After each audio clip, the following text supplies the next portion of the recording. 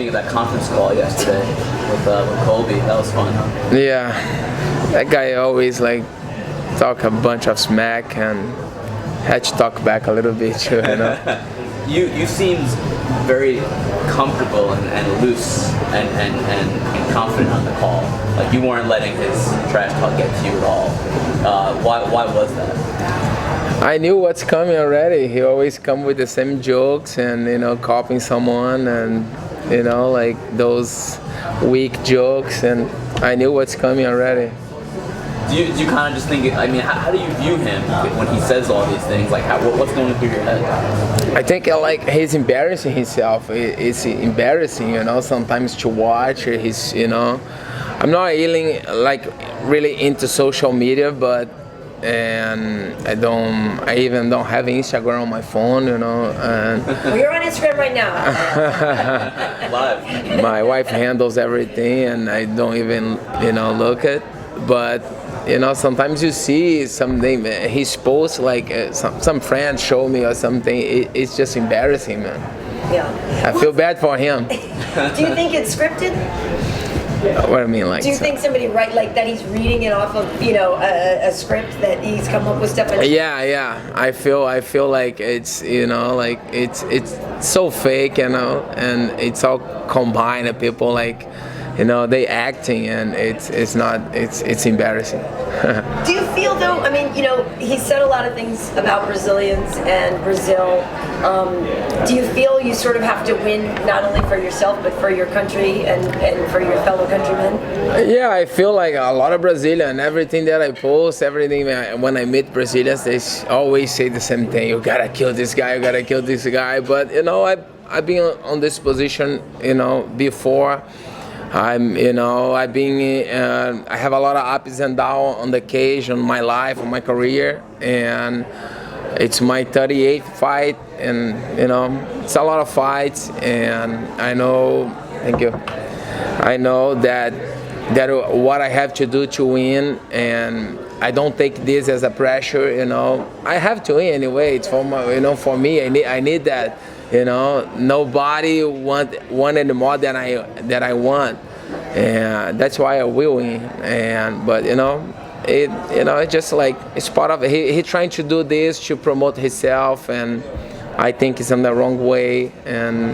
But you know, everything will be solved Saturday. So there's no extra emotion going into this one? Not really. I'm a cold-blooded fighter. You know, once I step on the octagon, there is no trash talk. It's just two guys and fighting, you know, clean with rules. And you know, I don't have of course, give them a little extra motivation, but it's not something that I'm gonna care inside the cage, you know. And I have a lot of motivation, you know, with my kids, with my family. I have to provide for them, you know. I'm a very competitive guy too. I know I want to win, but you know, it'll be a good fight. Are you surprised that he's your opponent for an interim title, or is that who you would like to have faced? Yeah, I feel like he was. I think he beat. You know, I beat the former champion, and he beat the former title contender, right? And I think that was the fight to make. I was expecting fighting Tyron, but somehow he want to fight only in December. I can't wait that long, and that Kobe was the guy. Well, Tyron now actually, you know, says he could be ready as early as July or August now. Is that a little frustrating to you? Not really. I will fight for the title next week, and then I fight again for the title in August. You know, for me, it's good. But he could say that before, so we would be fighting in August or July.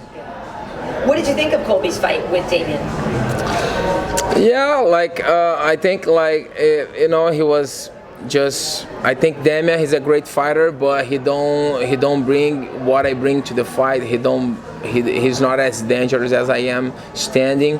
You know, my kicks, my knees, my hands.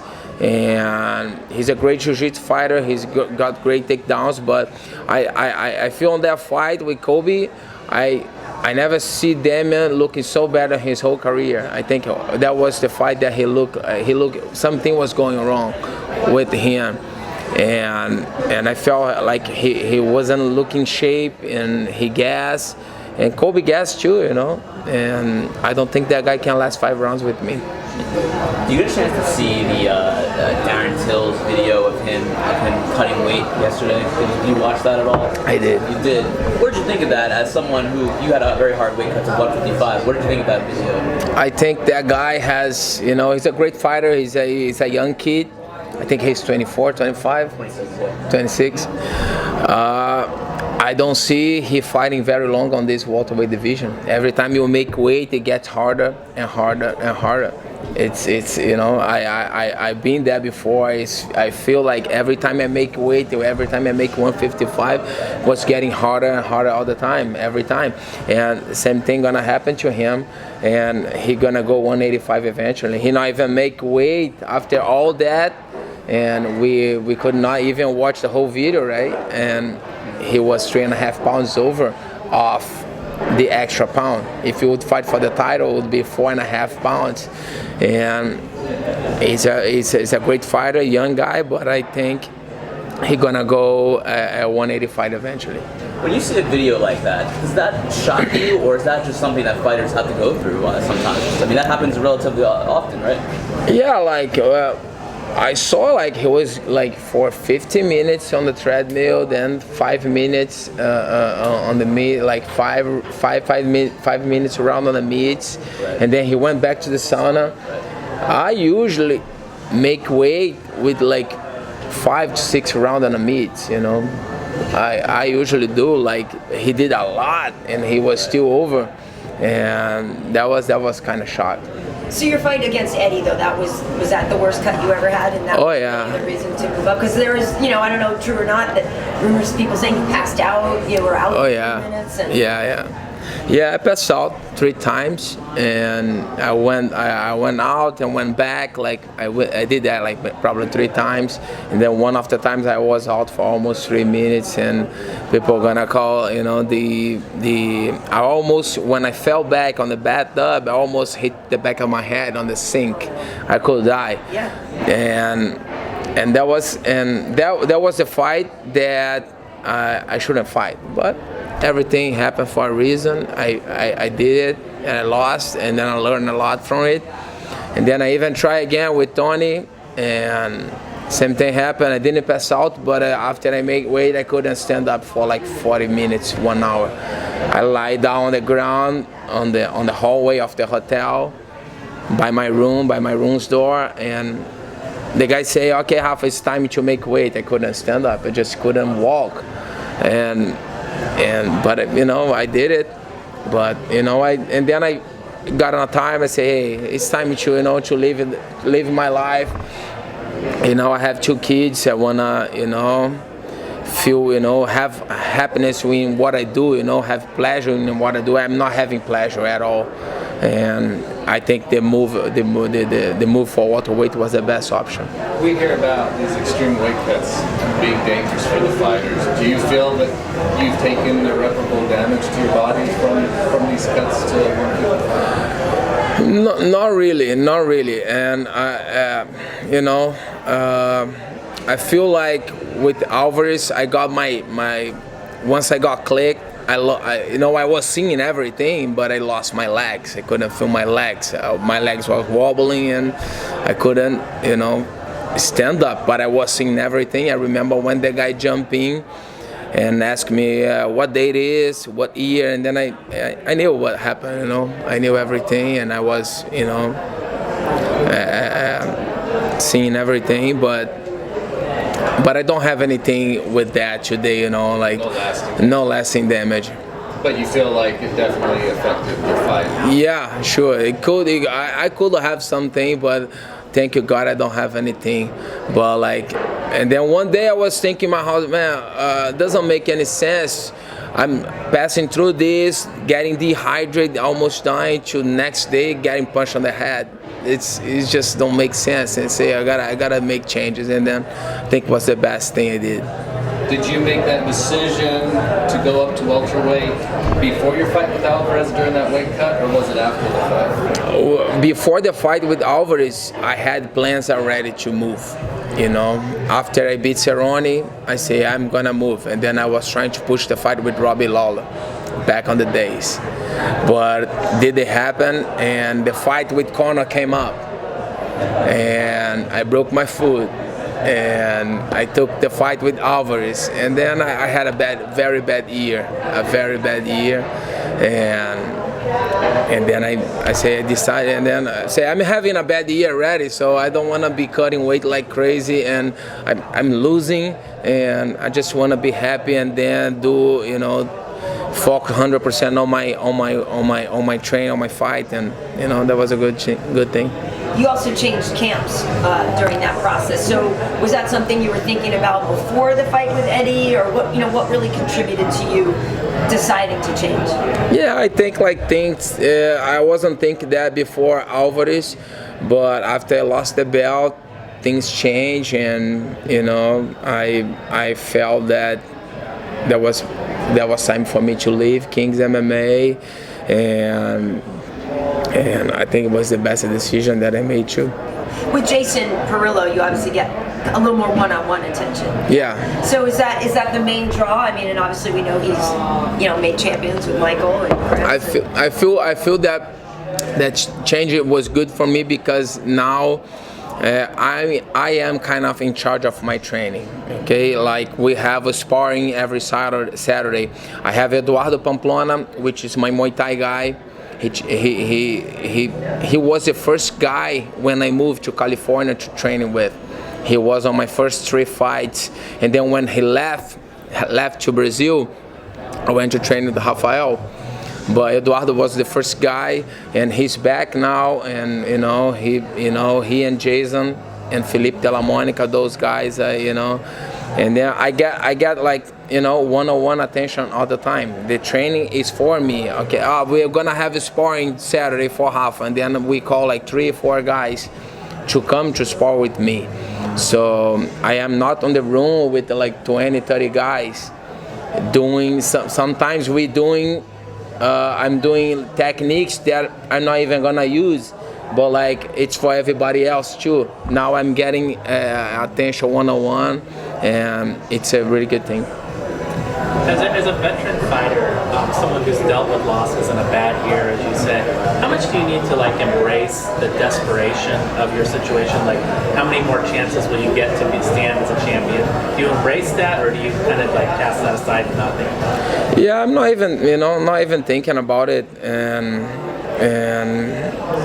every time like something bad happen, like we losing, because the feeling when I lose a fight, I have this, I have the feeling that everything that I did was for nothing, like when you lose a fight. But we learn from that, but I try to, one step at a time, and always thinking if I lose, next one I'm gonna do my best as always to try to, because when I fought Tarek Safedin, it was a lot of pressure, and a lot of pressure. I coming off 2 losses, moving up division, and a lot of people saying you too small for the division, blah blah blah blah blah blah, and I'm trying to keep my head, my ears out of that. Don't listen to this kind of negative comments, but I fought under a lot of pressure, because one loss, people say you have to retire, they're gonna say a lot of things, and 3 losses in a row is not fun.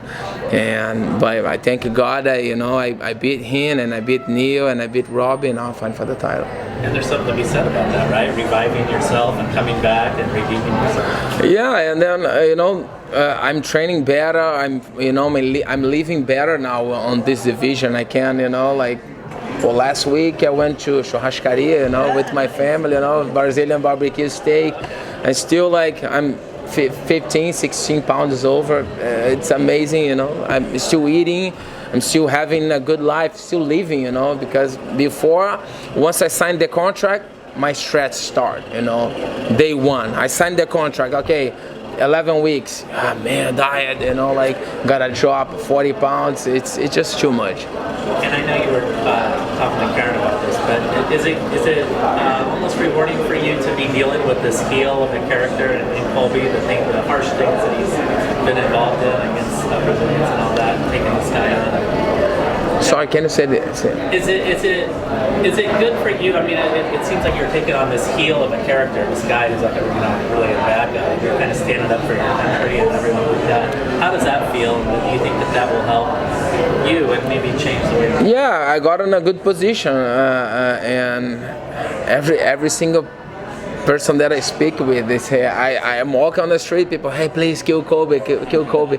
Every single person, you know, and I feel like I'm in a good position now, you know, to be to do something that everybody wants to watch, you know, and I'm excited for it. Now that fight was originally supposed to be in Brazil, got switched. Do you feel like they should have left it to go in Brazil?